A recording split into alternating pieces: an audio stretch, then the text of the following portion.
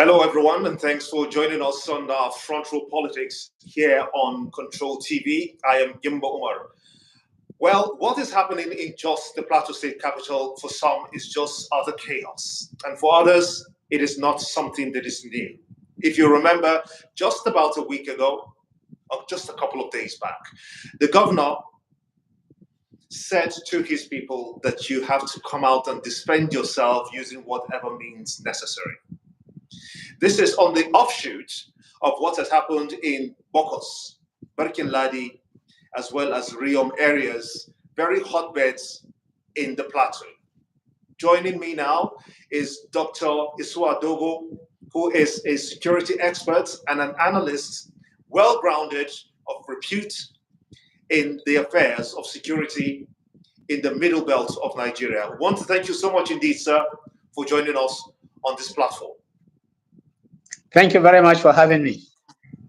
Great. Now, let's get things straight. These attacks, we saw some citizens of Plateau State marching from town to the government house, demanding that these killings must stop immediately. Does it make any sense to you that these people carry out those protests with placards? Or is this just being sensational about the whole issue of attacks on communities in the plateau? It makes a lot of sense because these are the people that have been attacked. These are the commoners that are being killed on a daily basis. And therefore, they have to voice out their feelings. The anger, the pain, the sorrow that they bear can only be partially removed by the protest which they are carrying out. So it makes a lot of sense. When you look at those videos, the emotions that were just flaring up and down, it's really hard to accept that over 100 people were killed within 2 weeks.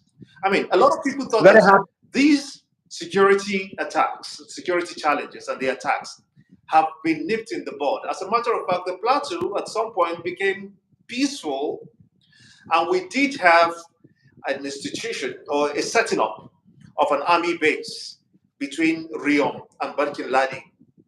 That was just late last year by the army. I remember that the army commander, artillery, Major General Marcus Kanye was there. You know, so what is actually happening now? I mean, this is just beyond understanding. What is actually happening in the plateau? What has been happening in Nigeria since 2020 is what is still happening up to date. And I've said it times without number, that is the same people, the same Boko Haram, whether you are talking of Lafrawa, whether it is Katsina, whether it's in Zamfara, whether it's in Sokoto, whether it's in Benue, whether it's in Plateau, or any part of Nigeria, is the same group of people. They only use these means to divide attention, to make people to miss their way, and to make the government and the security agencies not to do what is right. And let me tell you, it will be difficult to only do it the way we are talking of, and we will solve the problem. Because they have perfected the art of divide and rule, divide and attack, divide and destroy across the country. Last year, we talked more of Katsina, we talked more of Zamfara, we talked more of Sokoto. Am I wrong? And then to some extent, Kebbi and even Niger. And now, since the beginning of this year, it has been Benue and Plateau State. You know that, isn't it? And then to some extent, maybe Taraba, you know. And so it is the same group of people using different names, different approaches to ensure they confuse us and even the security agencies so as to maximize their intentions. Now, and let me say this. Yeah. You are aware that the statements has come out from the authorities that this was carried out by supposed herdsmen. These clashes have been happening. It has happened, as you mentioned, in so many states. But this herdsmen-farmers clash, having known about how this has shaped the security, especially in the north central of Nigeria, is there any lessons that we have learned judging from the past experiences that we've had? If it is herdsmen farmers clash, is the clash taking place in the farms? Is the clash taking place during the daytime? Is the clash taking place with the herdsmen and you see them with the cows? Or the terrorists come in the night, attack, kill, and burn people, and anybody will think correctly and say that it is herders farmers clash? It's not in the farm. These are not herders farmers clash. These are terrorists. These people are hired to do what they know how to do best.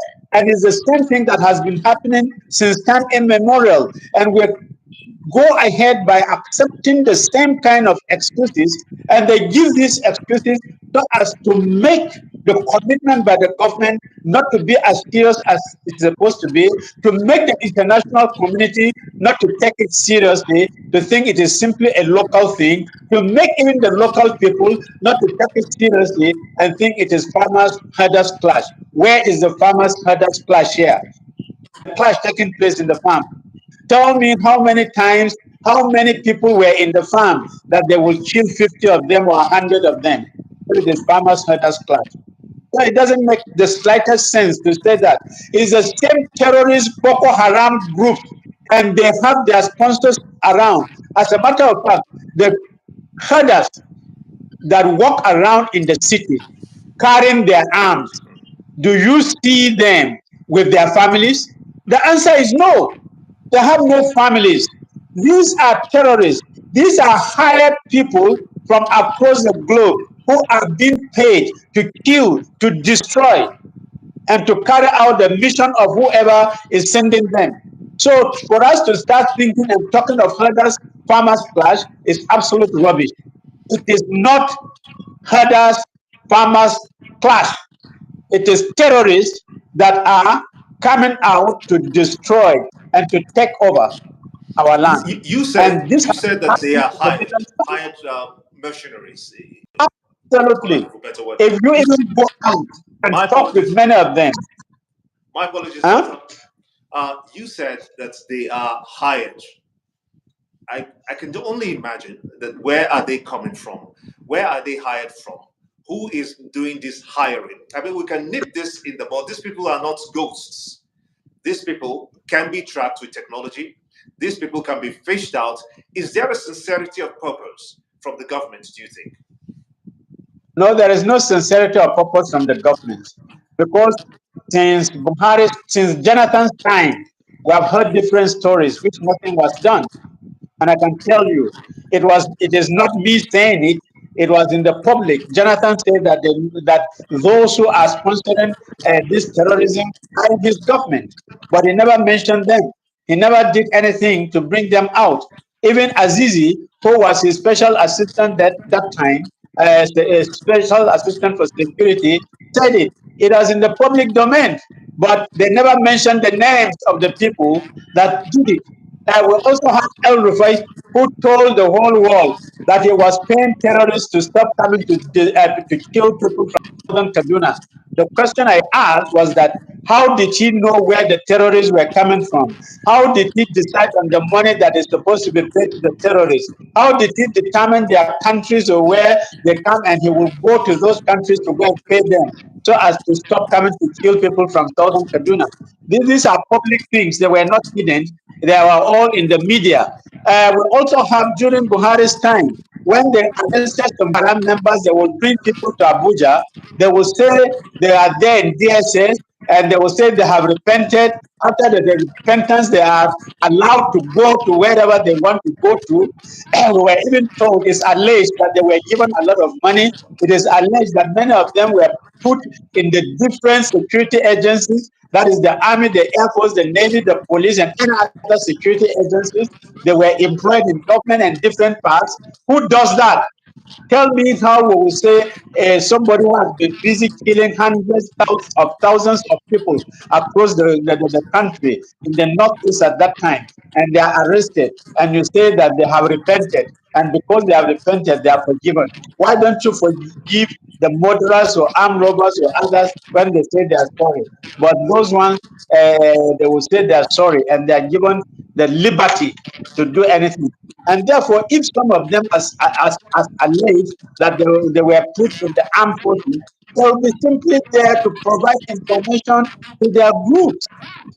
And so, until these things are stopped, until they fish out these people that were taken at that time from all the security forces of the country, until every single person who was If arrested you and were put in the government department in one way or the other Doctor is removed Doctor and Dogo, tried Doctor and Dogo, sentenced, of the Doctor problem. Dogo, Yes. you have been a security expert for years, for as long as I've known you. This is spanning over 20 years. If you were with President Bola Ahmed Tinubu, he's coming back to Nigeria today, by the way. If you were with him today, what would you advise him to tell his security chiefs concerning the plateau with a First, view I to will solving ask this problem? First, I will ask Tinubu to call Jonathan to give the names of the people he said were sponsoring this terrorism in his government at that time. Secondly, I will ask Buhari to give the details of all the people that were forgiven and why they were sent into the Nigerian armed forces. Thirdly, I will get El Rufai to give details of how he managed to know those who were coming to kill people in Nigeria. That is one side. Two, I will insist that in the first place, the Nigerian security agents are about the best in the world. But one, they are not motivated. Two, they are not given the adequate, like the police, the adequate kind of assistance in terms of weapons and facilities for them to carry their work out. Remember, Babangida virtually disarmed the police because he was afraid that they will organize a coup against him someday. And since then, nothing has happened. They go with next to nothing compared to what the terrorists carry. So that is one side for the police in particular. I'm being very specific with the police because I know our policemen are not lazy people. They are good people. They can do and undo, and they pay them next to nothing. They should also look, they hardly have houses. They hardly have any good medical attention. They hardly have anything that is good, that is necessary for a policeman to function as a security agent, But they're whether given so at much. home. They have been allocated so much, even in the budget. And we're looking at a budget that's over 50 something, 53, I think 53 trillion this time around. Don't you believe that this government of Bola Ahmed Tinubu, with its praises to itself of being successful in tackling insecurity in Nigeria, at least they say that not many states again, or should I say, next to zero states are being Yeah, occupied please. by Boko Haram now.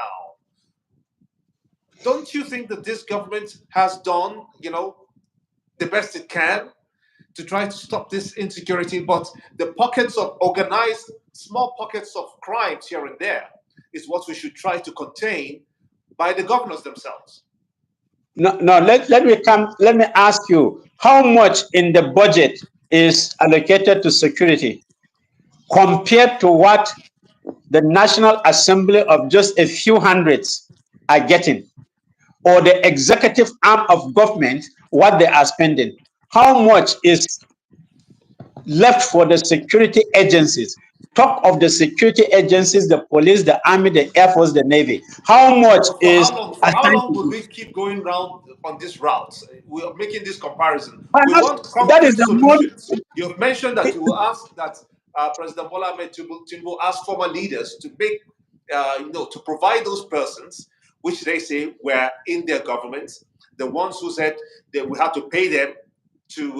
Those are concrete steps to take to try to address this issue.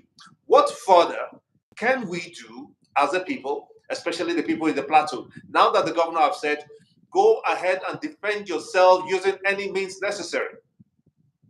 Yes. One, all the governors do have security vote every year. What do they do with the money? And therefore, I am saying, starting from the federal government, the security agencies should be adequately armed and their families taken care of. Two, the state governors should do exactly like that. and help the security. I've seen in some instances whereby they bought a lot of trucks and things. That is good. For example, the River State Governor Fubara, I saw a whole line of trucks and all whatnot they bought for the police, or was it the army? I can't remember exactly. And a number of governors have done that. That is correct.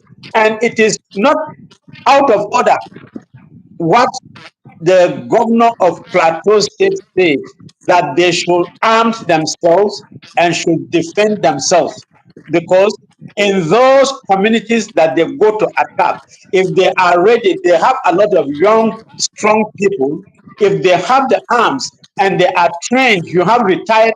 Look, let me even tell you, you should remember that the middle belt is what we call is what holds the security agencies in Nigeria in place. Whether you talk of the Army, Air Force, Navy, or the police, they are the majority. And therefore, you have even a lot of young people retired and do nothing. These people, if they are adequately armed, trained, they can remove any form of intimidation in the middle belt.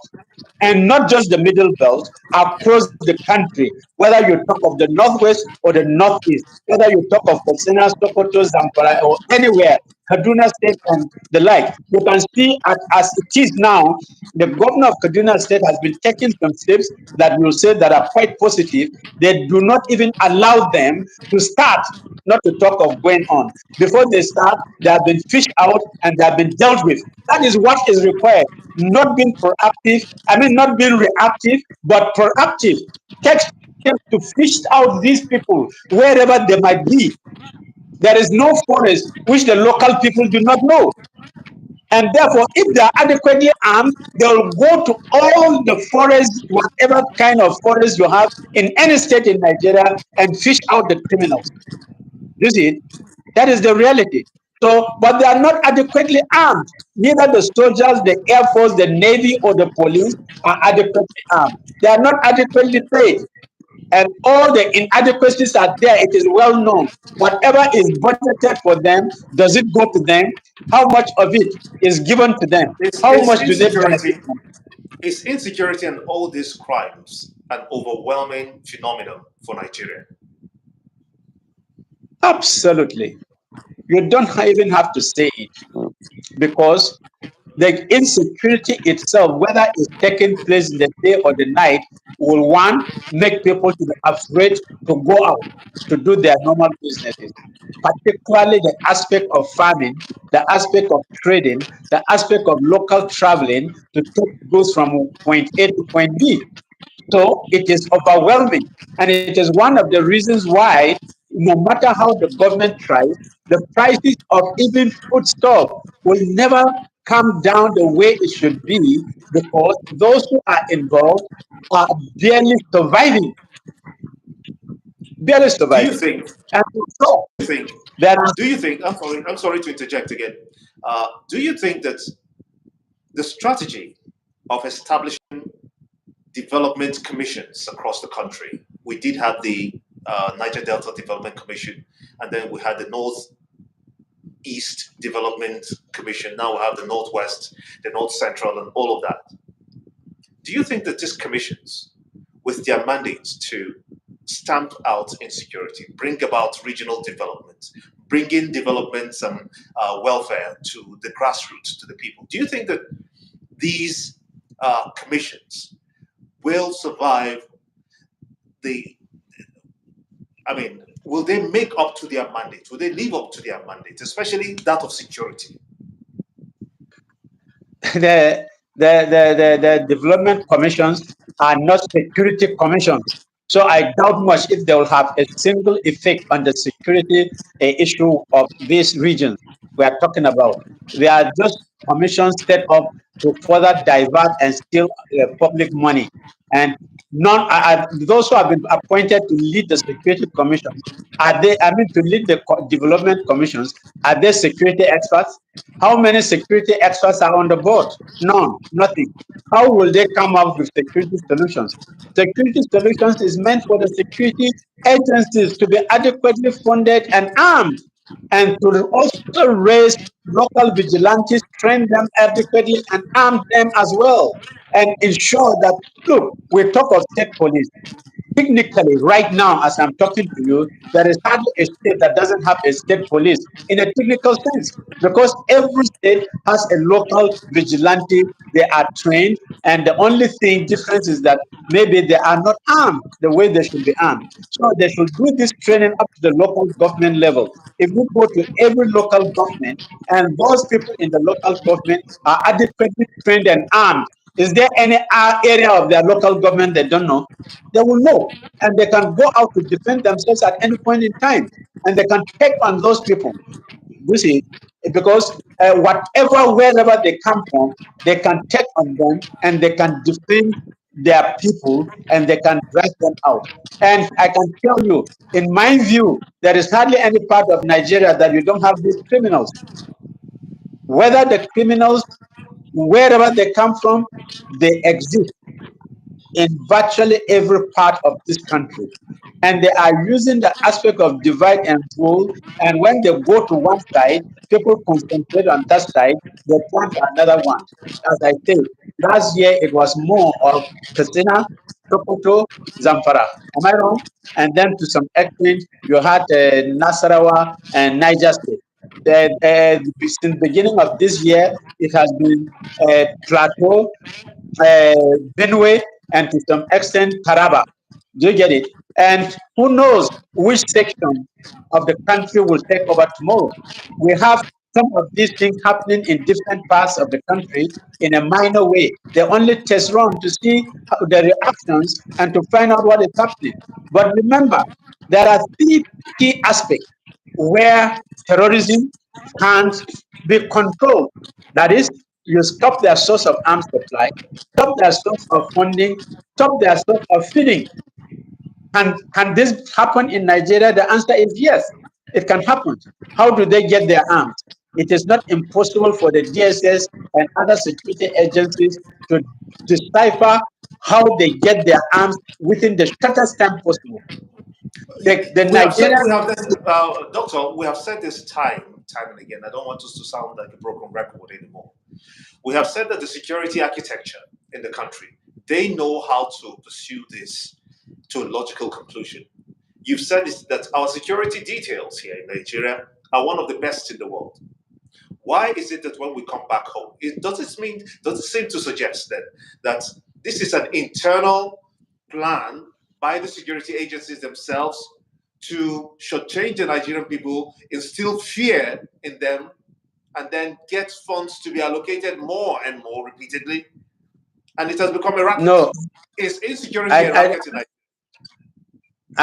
I don't think so. I've already explained to you some of the problems. The problem is not from the security agencies. The problem is from the politicians and the leaders of the country, which I told you at the very beginning. I said categorically, Jonathan said that those who were sponsoring it were in his government. What is the big deal telling the names of the people? What is it? He should still know the names of those people who were there. I've also said, Rufai said he was paying terrorists to stop coming to kill us in southern Kaduna. Why is Rufai not alive? Shouldn't he tell who were those people he was paying? I have also mentioned Buhari, during his time, they were bringing Boko Haram people and they were being forgiven. They will say that they have repented. What kind of repentance is that? What is the motive of forgiving them and sending them into the armed forces and others? And so the issue is not with the armed forces or the security agencies. The issue is with the politicians, the leaders, the governors, the ministers, the top political places. You have seen even on the social media, even policemen saying that at times they are told not to go after some people. They are told not to even reach out to go and crush these kind of bandits and things of that nature. It is common thing that is all over the social media. You see, we have heard what But we the cannot we DSS cannot independently we cannot times. independently I've seen that video. I've seen that video, but we cannot independently verify the veracity or the truth. in that video. However, Why? Doctor, however, No, before this you is the continue, I please, before you continue, I disagree with what you have said. It is absolutely necessary and it is very possible to get whoever is involved, wherever he is in the whole world, locally and internationally, whether the person is a security agent or he is a politician. It is possible. If the government desires to do so, they can do so within the shortest time possible. I can tell you, even between now and 3 months down the road, assuming Tinubu starts it in May, they can get all these people in within 3 months. It can happen. So it is not, they are not, let me tell you, it is impossible for any of them to be doing it alone. They must have those that they use within the system. The politicians that are involved, and as I told you, when Jonathan said that they were in his government, it is alleged that Aziza was not an accident. They killed him in the plane. That is the allegations. Those that he wanted to bring out their names. Well, thank God Jonathan is still alive. And if you say he knows them and they were in his government, I will assume, that Aziza had told him before he mentioned it, or has shown him the names. And Aziza knew them, and Jonathan knew them. And if Jonathan knew them, probably not only Jonathan would have known them. Also, remember, it is not Buhari that was talking to the terrorists and they were repenting in front of him. You had people in the DSS who are still there and they know those that repented, where they went to, how they were treated, and whatever it is. We also know too well that in every aspect, it is doctor, not possible doctor, that they wouldn't know. because we're running out of time. This is the facts on the ground now. The people of Bokkos, the people of Barkin Ladi, the people of Riyom, the people of Basa are now living in fear of continued attacks. We don't know where these attacks are coming from, but that is how they are living today. What must they do? We know that the governor has said that defend yourself by any means necessary. What must the people do now? The attacks are not coming from heaven. And the level of technology we have at present, wherever the attacks are coming from, they can verify them. You have drones.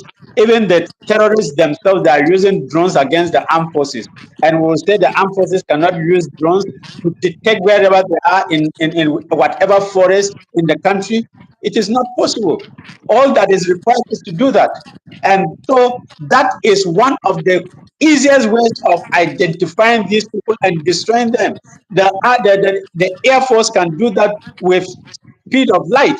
And in addition to that, as I've said, the people to stand up and defend themselves. But the government has to arm them and they can be trained and they can act very swiftly.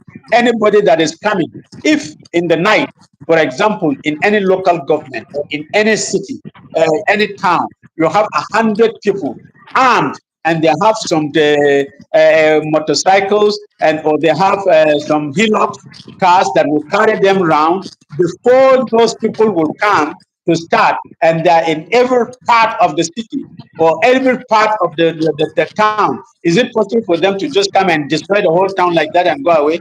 It's not. And you have to understand Nigeria, the number of military people in Nigeria, whether it is army, police, air force, or navy, is very insignificant. And it's not large. We are talking of 300,000 or whatever it is, even if it is up to 500,000 per unit, it is still small compared to the population and the land size of Nigeria. And for the sake of emphasis, I've also said they are not properly armed. I don't even talk of, I don't even want to talk much about their salaries or their emoluments, which are not encouraging because assembly arms is probably more than what all the armed forces earn. That will And be you a will good see, place. That will be a fantastic and a good place to let it rest. Dr. Issuwa Dogo, bringing you out of the shell. Now you've been in hibernation and totally refusing to comment on national issues, especially those that have to do with security. Since 2018, I think that should be the last time that you came, but I want to sincerely thank you for giving us that consideration and respect to come on our platform, Control TV. And for those who are watching, you can always watch us again. This program will be syndicated on our YouTube platform, as well as Facebook, on TikTok, on Instagram. You can get it on just about all our social media platforms, just so that you know, and you can always follow here on Control TV. This is Front Row Politics. And Gimba Umar, I want to thank you so much indeed again, Doctor, and to everyone who's watching. Have a great Thank you very much.